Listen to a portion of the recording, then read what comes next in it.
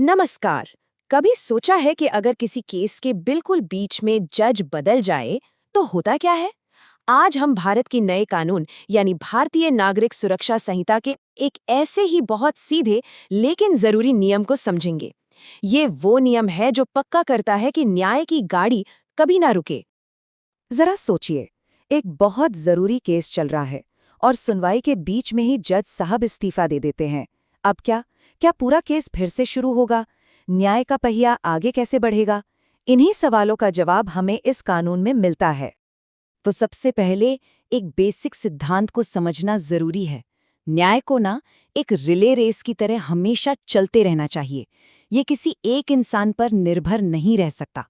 इसे लगातार आगे बढ़ना ही होगा।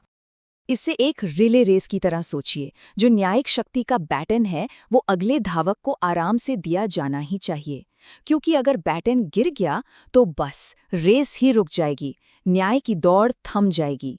हमारा कानूनी सिस्टम यही पक्का करता है कि ये बैटन कभी गिरे नहीं।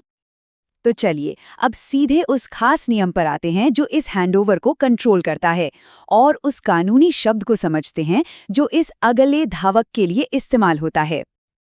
ये शब्द है सक्सेसर इन ऑफिस। आसान भाषा में कहें तो पद का उत्तराधिकारी। मतलब ये वो व्यक्ति है जो किसी जज या मैजिस्ट्रेट के पद छोड़ने के बाद ऑफिशियली उनकी शक्तियों और कर्तव्यों को संभालता है। और ये नियम ना सीधा कानून से आता है।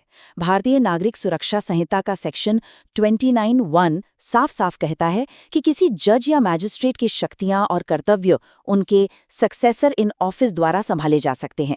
ये एक बहुत ही सीधा सा नियम है। जो भी अगला व्यक्ति उस पद पर आएगा वो काम वहीं से आगे बढ़ाएगा। सिंपल। लेकिन हमेशा सब कुछ इतना सीधा नहीं होता है ना? क्या होगा अगर ये पता ही न चले कि किसी जज का उत्तराधिकारी है कौन? कानून इस उलझन का भी समाधान देता है। सोचिए, अगर ये क्लियर ही न हो कि अगला जज कौन होगा, ये तो एक गंभीर समस्या हो सकती है, क्योंकि ऐसी कंफ्यूजन से न्याय मिलने में देरी हो सकती है। तो कानून इसका क्या हल निकालता है?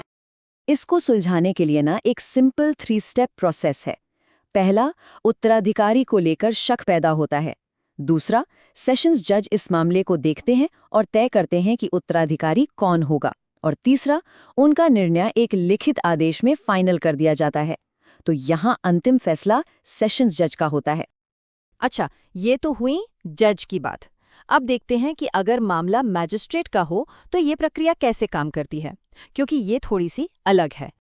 और अगर एक मजिस्ट्रेट के उत्तराधिकारी के बारे में संदेह हो तो तब कौन फैसला करता है? क्या प्रक्रिया वही रहती है? नहीं, यहाँ पर जो कमांड की चेन है वो थोड़ी अलग है। मजिस्ट्रेट के लिए भी प्रक्रिया लगभग वैसी ही है, बस फैसला करने वाले अधिकारी अलग हैं। पहला स्टेप, संदेह पैदा हुआ। दूसरा, इस बार मुख्य न्यायिक मजिस्ट्रेट या जिला मजिस्ट्रेट मामले की जांच करते हैं। और तीसरा, वे एक लिखित आदेश के जरिए उत्तराधिकारी तय करते हैं।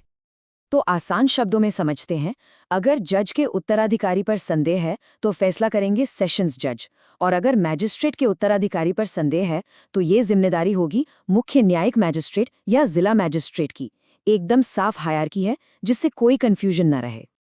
तो इस सब से क्या समझ आता है? सेक्शन 29 एक तरह से हमारे न्यायिक सिस्टम का एक सेफ्टी नेट है, एक बैकअप योजना है जो ये पक्का करती है कि सिस्टम हमेशा चलता रहे। तो सबसे जरूरी बात यह है कि ये एक सरल समस्या का एक बहुत ही सरल समाधान है।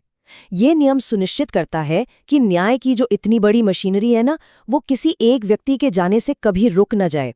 और यही निरंतरता, यही रिले रेस न्याय प्रणाली में आम आदमी के विश्वास को बनाए रखती है।